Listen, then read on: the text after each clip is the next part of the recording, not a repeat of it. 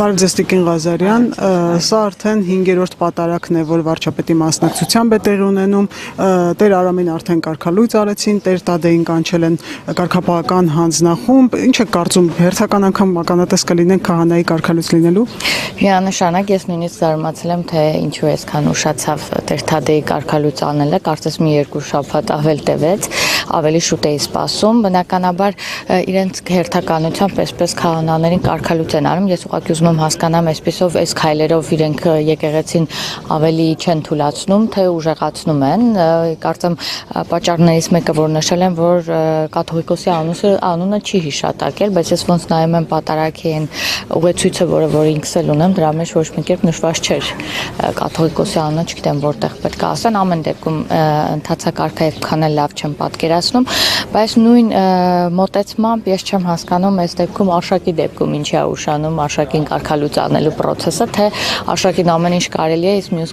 քահանաներին ոչինչ չի կարելի, եւ թերևս սա է պատճառը, որ հերթականությամբ տեսնում եք իրականում Հայաստանի Հանրապետության քաղաքացիներին պատարակ մատուցելու համար այսօր մեր քահանաները ենթարկվում են այսպիսի անարդար որոշումների։ Վարչապետը այս պատարակները կոչում է նորոգման պատարակ եւ կասկած չի հայտնում, որ մի օր Կտրիշ Ներսիսյանը լքելու է վեհարանը։ Ըստ ձեզ դա մոտ ապագայի հարց է, թե երբ։ Դա որ աներկբա լինելու է, ոչ մեկ դրանում կասկած չունի եւ այն աջակցությունը, որ մենք ունենք այսօր մեր քահանաների կողմից, դրա վառ ապացույցն են եւ դրա համար էլ այո,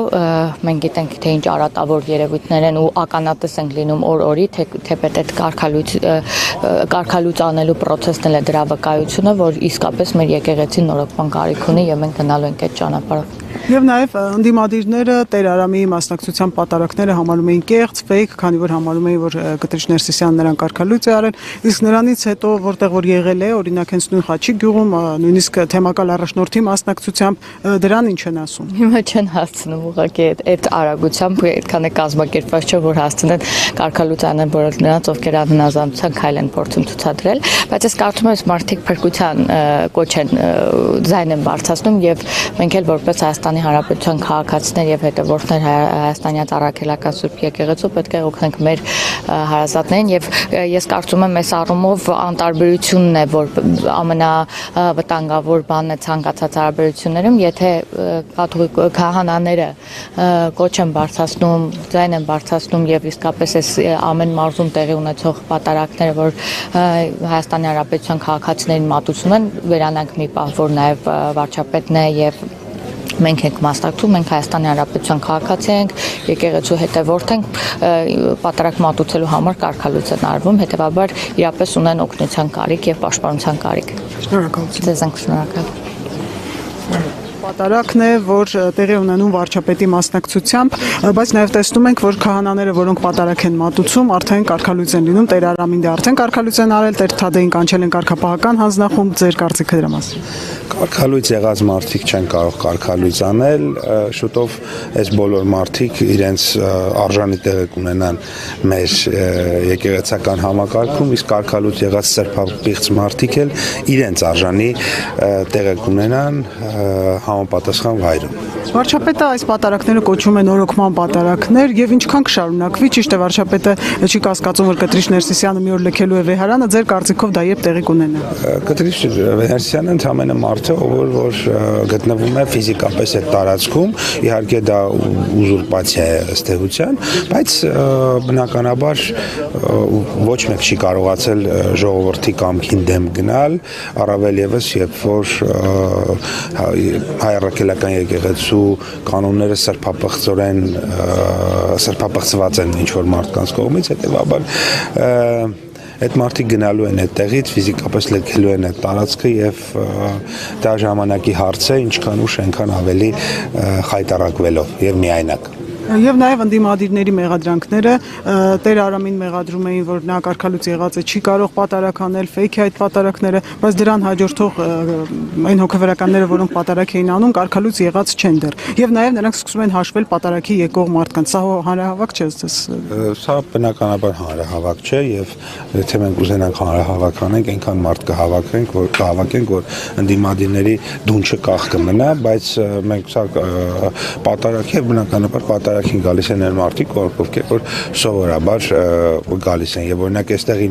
մարդիկ են գալիս պատարագի, որոնք հանրահավաքի չեն գալիս օրինակ սովորաբար, այսինքն սա լրիվ ուրիշ գործընթաց է։ Եվ նաև այն, որ Խաչիկ գյուղում պատարագը մատուցեց թեմակալ առաջնորդը, սա խոսում է նրա մասին, որ այլ եպիսկոպոսներ եւս կմիանան այս ամենին։ Այս process-ը անկասելի է, այս եկեղեցին էլ ըստ էության process-ի նոր մասնակից է, եկեղեցու հոգևորականներն էլ, հետեւաբար այս process-ը անկասելի է եւ ես կարծում եմ, որ ի վերջո հասնելու ենք նրան, մնալու է միայն Կտրիչ Ներսիսյանը մի քանի հոգու հետ մայրաթոռում եւ ստիպված լինի ինքն էլ այդտեղից հեռանա, ես կրկնում եմ, երբ մարդը ընդամենը ֆիզիկապես է զբաղեցնում եւ նա կաթողիկոս չէ, որովհետեւ ուղղակի չի կարող կաթողիկոս լինել, որովհետեւ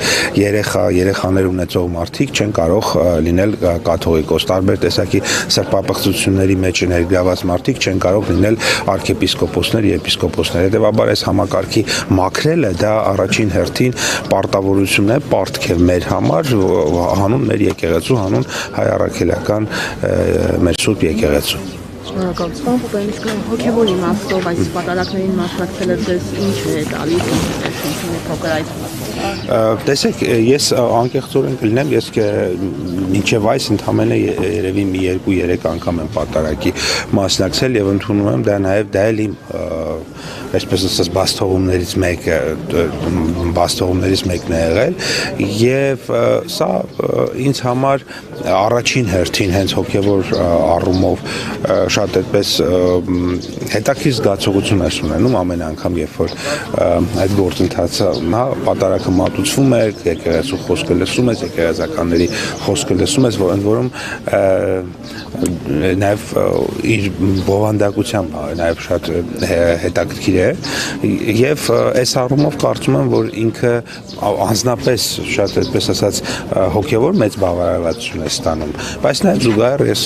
հասկանում եմ որ անում ենք մի հատ շատ ավելի մեծ գործ քան անձնապեսն է որովհետեւ այդ մեծ գործը հետեւյալն է սրբապղծության մեջ ներգրաված մարդկանցից հայ առաքելական սուրբ եկեղեցու ազատագրումը այսինքն ի վերջո հասնենք մի իրավիճակի որ հայ առաքելական եկեղեցու ուրեմն հոգևոր առաջնորդությունը զբաղեցնեն մարդիկ, որոնք որ չեն խախտել եւ չեն խախտում իրենց ամենօրյա գործունեությամբ, հա։ Սա է միակ բովանդակությունը այս ամեն ինչի եւ սա այս process-ը այսպես առումով կարելի է ասել երկակի բավարարվածություն է տալիս եւ անձնական, այսպես ասած հոգևոր բավարարվածություն եւ շատ ավելի կարեւոր ու մեծ այն է, որ հայ առաքելական եկեղեցին ազատենք մարդկանցից, որոնք իրավունք չունեին զբաղեցնելու այդ դիրքը եւ իրավունք չունեն ընդհանրապես վեհարանում գտնվեին։ Ես եմ շնորհակալ։